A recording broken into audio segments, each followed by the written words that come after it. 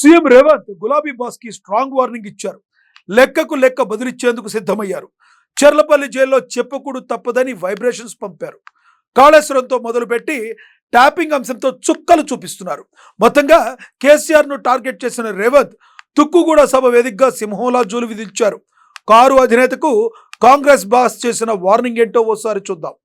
గులాబీ బాస్ పై కన్నెర్ర చేసిన సీఎం రేవంత్. కేసీఆర్ కి చెర్లపల్లి జైలు తప్పదని హెచ్చరికలు. రేవంత్ పర్యటనతో గులాబీ శ్రేణుల్లో గుబులు. గతంలో రేవంత్ ను ఇబ్బంది పెట్టిన కేసీఆర్. కాళేశ్వరం ధరణి ఫోన్ ట్యాపింగ్ ఇష్యూలపై రేవంత్ ఫోకస్. తెర వెనుక కర్త కర్మ క్రియ కేటీఆర్ కేసీఆర్ అని టాక్.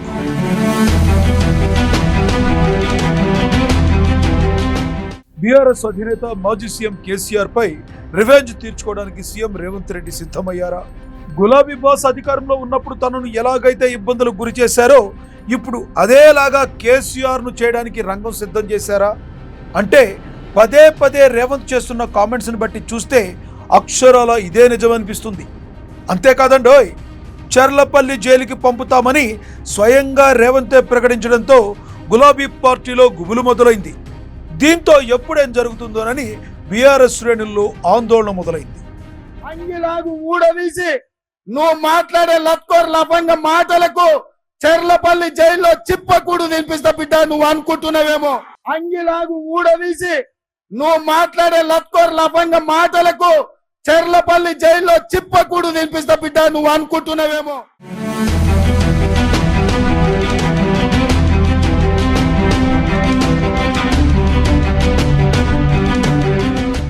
అసలే అసెంబ్లీ ఎన్నికల్లో ఓడిపోయి అష్ట కష్టాల్లో ఉన్న బీఆర్ఎస్ కు మరో ఊహించని షాక్ తగలబోతుందని స్పష్టంగా అర్థమవుతుంది. ఓవైపు ఘోరంగా ఎన్నికల్లో ఓడిపోవడం, మరోవైపు పార్లమెంట్ ఎన్నికల్లో పరువు నిలవబెట్టుకుందామని ప్లాన్ చేస్తున్న కేసీఆర్ కు కూతురు కవిత అరెస్టుతో పెద్ద ఎదురు దెబ్బే తగిలినట్టయింది.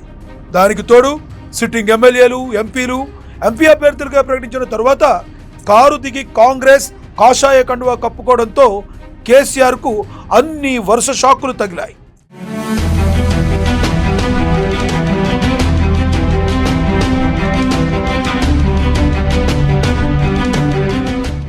తాను ఒకటి తలిస్తే దైవం ఒకటి తలిచాడని, సరిగ్గా ఇదే టైంలో ఇక పార్టీ మనుగడే లేకుండా పోతుందేమో అని గ్రహించిన కేసీఆర్ రైతన్నల బాధలను తెలుసుకోవడానికి పొలం బాట పట్టారు. వర్షాలు లేక ఎండిపోయిన పంట పొలాలను పరిశీలించి నష్టపరిహారం చెల్లించాలని రేవంత్ సర్కార్ను డిమాండ్ చేస్తూ వస్తున్నారు. ఇంతవరకు అంతా ఓకే గాని అధికారంలోకి వచ్చి సరిగ్గా 4 నెలలు కూడా కాకుండానే ప్రభుత్వాన్ని టార్గెట్ చేయడం, వ్యక్తిగతంగా మాట్లాడుతుండడంతో రేవంత్ కు ఎక్కడో గట్టిగానే మండినట్టుంది. ఇక్కడ బాధ కలిగే విషయం ఏంటంటే, నేను కూడా దుఃఖంతో చెప్తున్న మాట ఏంటంటే, కాలం కాకపోతేనేమో రైతు ఇంత నష్టపోడు, కాలం కాలేదని దేవుణ్ణి ధర్మాన్ని తిట్టుకుంటాడు, పంట వేయడు. కానీ ఇక్కడ పంట వేసి పెట్టుబడి పెట్టి ప్రతి ఊర్లో కూడా వాళ్ళు రోధిస్తున్నది బాధపడకుండా ఇలా మగ్దుంపుర్లో కానీ ప్రతి చోట చెప్పింది ఏంటంటే 25,000 పెట్టమని కొందరు, 28,000 పెట్టమని కొందరు, 22,000 పెట్టమని కొందరు. ఒక్కొక్క రైతు ఎకరానికి ఎంత పెట్టుబడి పెట్టిండో ఇంత పెట్టుబడి పెట్టి గంగపాలైన సార్ అని వాళ్ళు మొత్తుకుంటా ఉన్నారు. మేము వేయకపోతే బాధ లేదు, కానీ కారణం ఏంది? రైతు బంధు మీద ఒక అరాకిరి.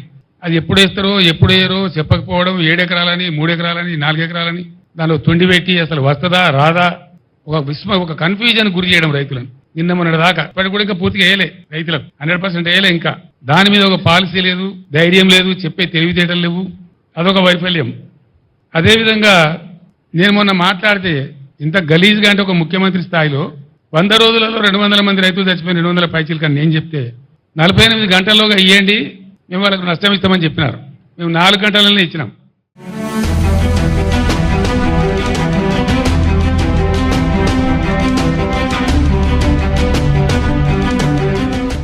ఓటుకు నోటు కేసులో రేవంత్ ను కేసీఆర్ చిత్రహింసలు పెట్టారన్నది జగమెరిగిన సత్యమే.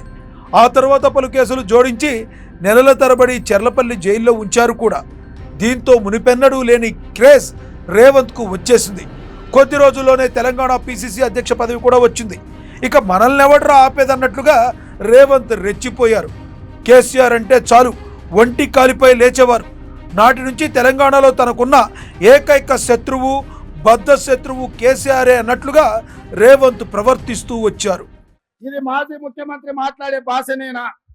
భాష గురించి, భావం గురించి, ప్రజా సమస్యల గురించి మాట్లాడే చంద్రశేఖర్ రావు 10 సంవత్సరాలు ఈ తెలంగాణ రాష్ట్రంని పట్టి పీడించి వేధించి దోసుకొని దోపిడి దొంగలాక అడవి పందుల్లాక తెలంగాణ రాష్ట్రాన్ని సర్వనాశనం చేసి 10 సంవత్సరాలలో 100 సంవత్సరాల విధ్వంసం చేసినావు. ఇవాళ మమ్మల్ని ఎంటిక బీకలేరంటావా? మా కాంగ్రెస్ పార్టీ కార్యకర్తలు అనుకుంటే నీ ముడ్డి మీద డ్రాయర్ కూడా ఉండదు పీకడం మొదలు పెడితే బిడ్డ.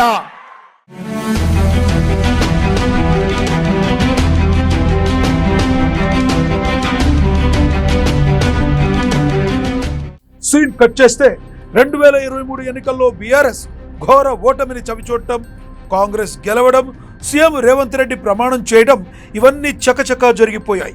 పైగా ఇప్పుడు కాళేశ్వరం, రైతు బంధు, ధరణి, ఫోన్ ట్యాపింగ్ ఇష్యూలతో పెద్ద పెద్ద కుంభకోణాలు కేసులే పోలీసులు దర్యాప్తు చేయడంతో బీఆర్ఎస్ లో వణుకు మొదలైంది. ఫోన్ ట్యాపింగ్ కేసు ఏ రేంజ్ లో సంచలనంగా మారిందో ప్రత్యేకించి చెప్పనక్కర్లేదు. ఈ కేసులో ఇప్పటికే కీలక అరెస్టులు జరగ్గా తెర వెనుక మాత్రం కర్త కర్మ క్రియ కేటీఆర్ కేసీఆర్ఏనని గట్టిగా టాక్ నడుస్తుంది. ఈ కేసులో కేసీఆర్ ను ఎట్టి పరిస్థితుల్లో అరెస్టు చేస్తారన్నది గత నెల రోజులుగా జరుగుతున్న టాక్.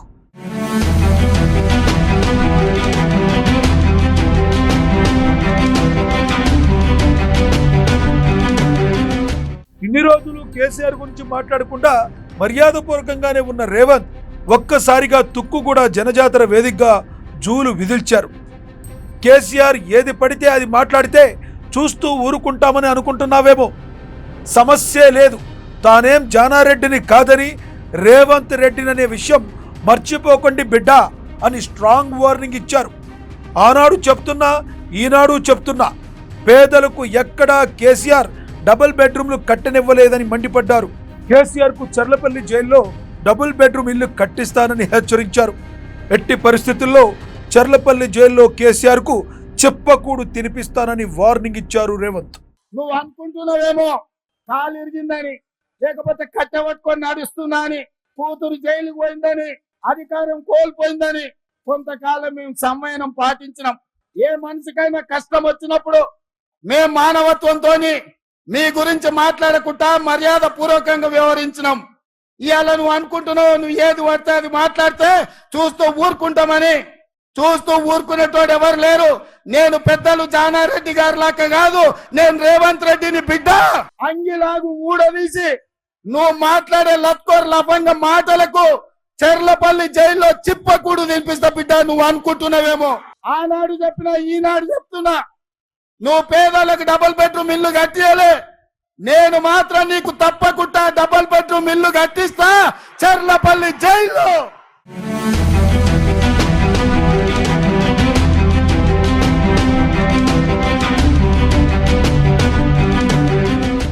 పేదలకు డబుల్ బెడ్రూమ్ ఇల్లు కట్టివని కేసీఆర్ కు తప్పకుండా చెర్లపల్లి జైల్లో డబుల్ బెడ్రూమ్ కట్టిస్తానని హెచ్చరించారు. బిడ్డ, కొడుకు, అల్లుడు అందరూ కలిసి ఉండేలా ఇల్లు కట్టిస్తానని హెచ్చరించారు. ఏది పడితే అది మాట్లాడితే చూస్తూ ఊరుకోనని కేసీఆర్ కు రేవంత్ రెడ్డి స్ట్రాంగ్ వార్నింగ్ ఇచ్చారు. మొత్తంగా రోజు రోజుకు తెలంగాణ రాజకీయాలు హాట్ గా మారుతున్నాయి. కేసీఆర్ అరెస్ట్ అయినా పెద్దగా ఆశ్చర్యపోవక్కర్లేదేమో. అయినా రేవంత్ రివెంజ్ తీర్చుకోకుండా ఎందుకుంటారు? ఏం జరుగుతుందో చూద్దాం. మరి కొడుకు కోడలు వస్తే యాడుండాలి, బిడ్డ అల్లుడు వస్తే యాడుండాలి, అందరు కలిసి చెర్లపల్లి జైల్లో ఉండేటట్టు మీకు డబుల్ బెడ్రూమ్ ఇల్లు కట్టించే బాధ్యత మా లక్షలాది మంది కాంగ్రెస్ పార్టీ కార్యకర్తలు తీసుకుంటారని చెప్పి నేను ఈ వేదిక మీద నుంచి చెప్పదలుచుకున్నా. ఇవాళ చంద్రశేఖర్ రావు గారిని నేను అడుగుతున్నా, ఆనాడు పల్లెల్లో, తండాలలో, గూడాలలో ఇందిరమ్మ ఇండ్లు 25 లక్షలు మేము కట్టించినాం. మా కోమటిరెడ్డి ఎంకన్నా చెప్తున్నాడు ఇందిరమ్మ ఇండ్ల గురించి నువ్వు చెప్పాలి. మిత్రులారా, నేను ఇవాళ అడుగుతున్నా, 10 ఏళ్ల సన్నాసి కట్టించిన, సోయిలేని ప్రభుత్వం కట్టించిన డబుల్ బెడ్రూమ్ ఇండ్లు ఎన్ని ఉన్నాయి? ఇవాళ మనం 4.5 లక్షల ఇందిరమ్మ ఇండ్లు 22,500 కోట్లతో ఖమ్మం జిల్లాలో మిత్రుడు పొంగులేటి శ్రీనివాసరెడ్డి ఆ శాఖలో మనం పనులు ప్రారంభించుకున్నాం. లక్షలాది ఇందిరమ్మ ఇండ్లు కట్టించే బాధ్యత మాది. నేను అందుకే ఇవాళ సవాలు విసురుతున్న చంద్రశేఖర్ రావుకు, డబుల్ బెడ్రూమ్ ఇల్లు కట్టించిన ఊర్లలో నువ్వు ఓట్లాడుకో, ఇందిరమ్మ ఇండ్లు ఉన్న ఊర్లలో మేము ఓట్లు అడుగుతాం, మీకు డిపాజిట్లు వస్తే చూసుకుందామని చెప్పి నేను సవాలు విసురుతున్నా.